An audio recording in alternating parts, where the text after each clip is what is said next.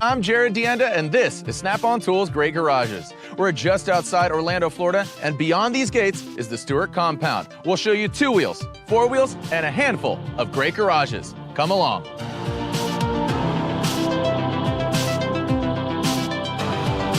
Big James Stewart Sr., thank you for letting us in. First and foremost, we had to get through that gate, but what a surprise. Where are we right now, though? Yeah, in Big James' shop. This is my getaway. I'm a dad myself, so I can relate. You can't deny this huge Snap-on cabinet back here, man. Why are you a Snap-on guy? You know, my wife asked me the same question, and like I tell her, when you buy your clothes, you buy the best one time. When you buy a Snap-on tool, you don't have to buy a second one, you buy it once. I mean, I'm a Snap-on guy, I wear Snap-on boots. I was gonna say that, you didn't need to dress up for us, but outside, how many acres are we looking at this Stewart compound? We're sitting on 100 acres right here, and 2 Supercross trike, shops where we build the bikes, everything to go racing, we have it. It's a full shop, and you got a couple houses, you got dogs running around, but there are locks on these cabinets. Malcolm and James, you unlock them to let them use them? My kids know this is my purse, this is my wallet.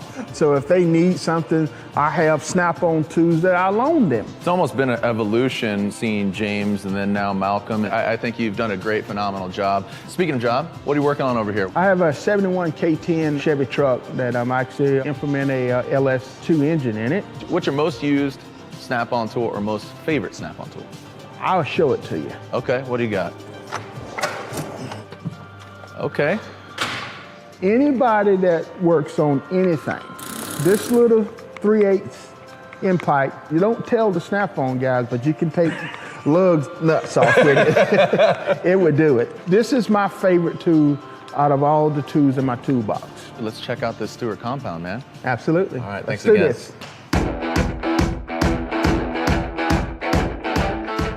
Big James, the tour continues.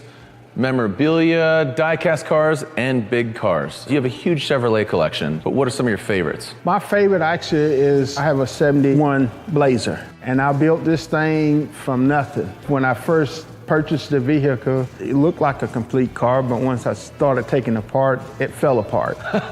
If I hadn't have bought all the parts before and had them sitting here, I would have never built this beautiful thing. Be noted, chrome wheels on everything, man. Hey, chrome is coming back. I never got away from it. That's the brotherly love right there. That's the real hardcore. You know, back in the days, you wanted chrome wheels because you couldn't get them. Now you can get them, everybody wants to go black. I'm sticking with it. I'm old school. I think this is kind of like a scrapbook for you. I think this tells about your life. You know, I have been blessed. I like to show my stuff. I like to bring people and show it, you know, just like, hey, hard work pays off. How many boxes do you have around this place? I have 8 boxes. Tell us about this box over here, that 35th. Oh, that's my baby over there. Z28 Camaro, 35th anniversary. Why is this box special to you?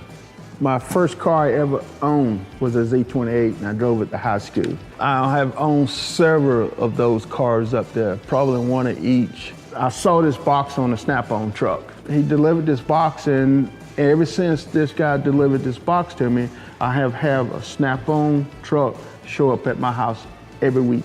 Are you gonna get the 50th anniversary box? It's time to upgrade. This won't go anywhere now. It's never leaving. I don't sell tools, I buy tools. This whole compound's incredible. We've been inside, but I wanna go check out 2 wheels, wanna check out Malcolm's setup, talk to some of your technicians, and see more of this 100-acre compound. I have a 100-acre farm. If we can, let's just go check out more of this facility. You let them know you got the dangerous dog right there. You let them know. You see the sign? Back there, you see it? Malcolm, we've made our way down the hill to two-wheel land. We saw your dad's amazing car collection, but we gotta come over here because this has helped pay the bills. The motorcycle. Yeah, you gotta have all the nice tools and everything, but without the motorcycle, none of that would be there. So this is literally the race shop. It's not that big, but a lot of championships done came in here, gone, a lot of different manufacturing motorcycles. Well, it seems like it's in the Stewart genes. You know, your dad grew up and he parked it because he wanted to help your brother develop. Well, he parked it because he crashed. That was it. So it was, don't let him fool you. Like, he took a big spill. He's like, the first time he ever got knocked out, and he was like, I don't remember everything. He's like, that's it, I'm done. So he still has the mindset that he still wants to do it. He got a little bit of fear. What is this bike? What do we have here? Well, this is the practice bike right now. It's a duplicate of the race bike. Everything that you see from forks, handlebars, wheels, you know, exhaust, everything's exactly the same as a race bike. You're 24 years old, about to be 25.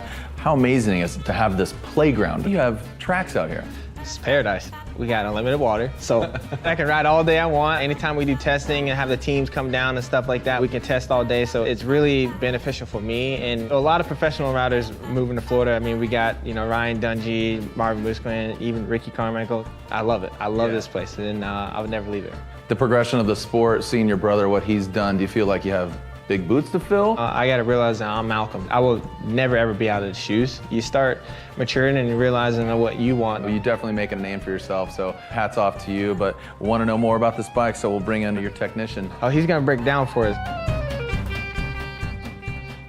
All right, so Jason, you are the mechanic. You got your hands all over this bike. How does this bike compare to a dealership bike? Well, this bike is a lot different than a stock RMZ 450. We got A-kit suspension right here, as you can see. So the tubes are a lot bigger on this suspension. We got different clamps. Motor package is obviously different. Different wheels, stronger, exhaust, shaved seat. We try to shave off as much weight as we can. How do you set up this bike compared to the race bike? We set it up pretty close. Race day, we'll always do some tweaking on the suspension, mostly maybe change out some sprockets, depending on how tight open the track is. I mean, you got to think the world of Malcolm, I mean, bringing you to a 250 championship last year. Yeah, I always believe in Malcolm. I mean, I've been a fan of the Stewart since I was a kid growing up. I mean, it's always been a dream. I used to wait in autograph lines for miles for James, his brother, just to get an autograph. Being able to be out here working with them and hanging out with them every day has been fun. It's cool. I mean, I believe in them.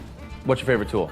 I like using my torque wrenches. These are definitely my favorite tool and I trust them. Malcolm's life is kind of on this bike whenever he's riding, so you want to make sure everything is torqued and nothing gonna fall off while he's out there racing. Digital is nice because you could do all in one. We use, you know, foot-pounds, inch-pounds, and that's about all we really use on this thing. Cool, well, thank you so much for your time, man. Congratulations on all your success, and thanks for using Snap-on Tools. Yep, thank you.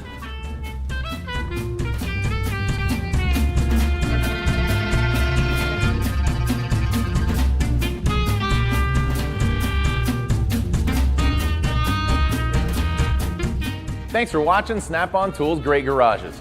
For more videos, click here. And for all things Snap-on, be sure to subscribe.